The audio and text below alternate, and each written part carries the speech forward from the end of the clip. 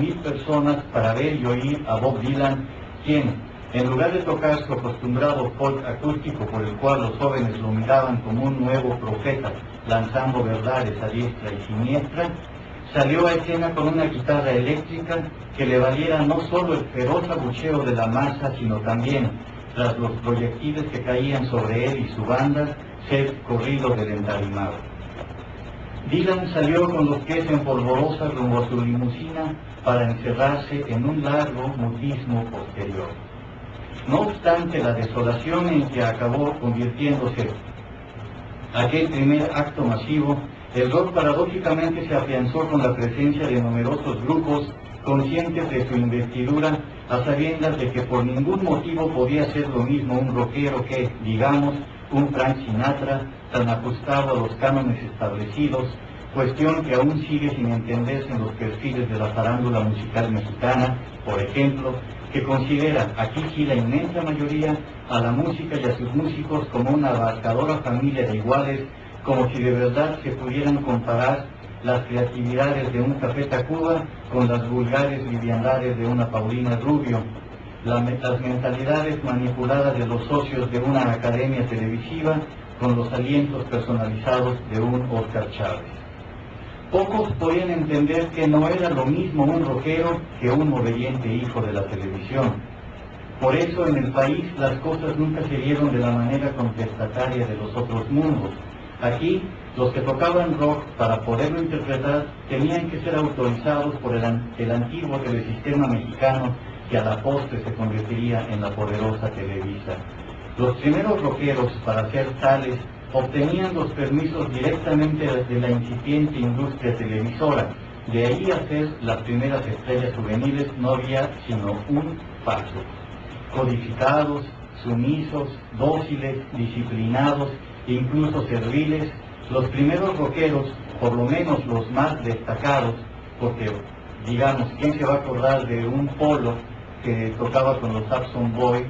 y que falleció en la década de los 70, de un pasón en una alberca en Mérida, Yucatán? Pero sí se acuerdan de Enrique Guzmán, de César Costa, de Manolo Muñoz, de los que la propia industria disquera los diera a la luz. Seguían al pie de las letras estos músicos las instrucciones de sus patrones para poder ser los herederos de los viejos artistas como Agustín Lara, Pedro Vargas o Luis Aguilar, y a esas alturas piezas postergadas de los museos del olvido. El rockero, pues, era un payaso como Enrique Guzmán, que aceptaba su papel de Bartolo en la televisión cuando su carrera de cantante fue rebasada por sus propios fines económicos. El propio Javier Batis, que emulaba a los bluesistas negros, que ha gritado al mundo ser el maestro de guitarra nada menos que de Carlos Santana, no tuvo problemas de identidad en ser el patiño de agureros cómicos profesionales en una que otra patética película nacional. Ahí estaba también César Costa, padre de Chabelo, simulando humorismo cuando los productores artísticos de las discográficas se percataron de que ya no vendía discos como en sus buenos tiempos. Y ni se diga del bufón Johnny Laboriel, dispuesto a intervenir en cualquier serie televisiva con tal de proseguir su exitosa comedia de grotesco aficionado a la carcajada.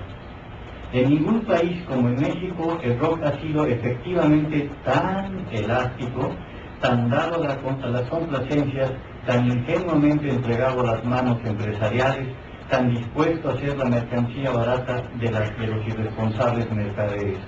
Por eso, y desde la segunda mitad de los 80 del siglo XX, el rock en México dejó definitivamente de ser lo que es el rock en otros países para convertirse en un atuendo inofensivo, un Depeche Mode, que es una moda circularmente transitoria, una ocurrente caricatura con la cual se pueden escudar las almas más torpes y oportunistas, pero también las irreverentes y carismáticas.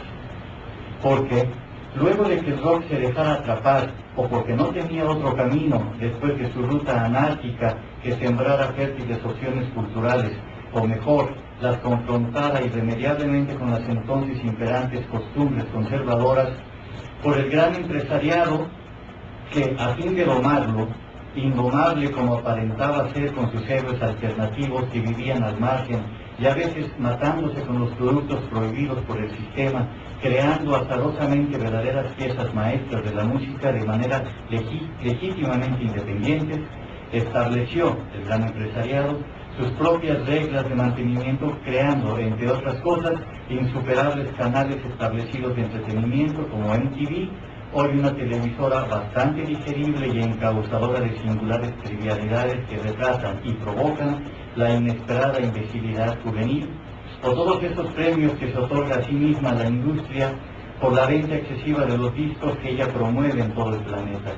Porque por supuesto que en la actualidad está demasiado claro que no toda la buena música de rock necesariamente tiene que provenir, como antiguamente, por buenos músicos rockeros, ya que quien decide las más de las veces quién debe encaramarse hasta la cima no es el propio músico, sino los empresarios de la música que eligen, porque sí, a un Juan Gabriel o un Luis Miguel para que rocanroleen ilusamente un rato, luego de pagar, obviamente, la portada a una revista tan elástica como digamos Rolling Stone, que de rockera ha pasado a ser, cuestión de tiempos, una publicación adaptativamente neoliberal.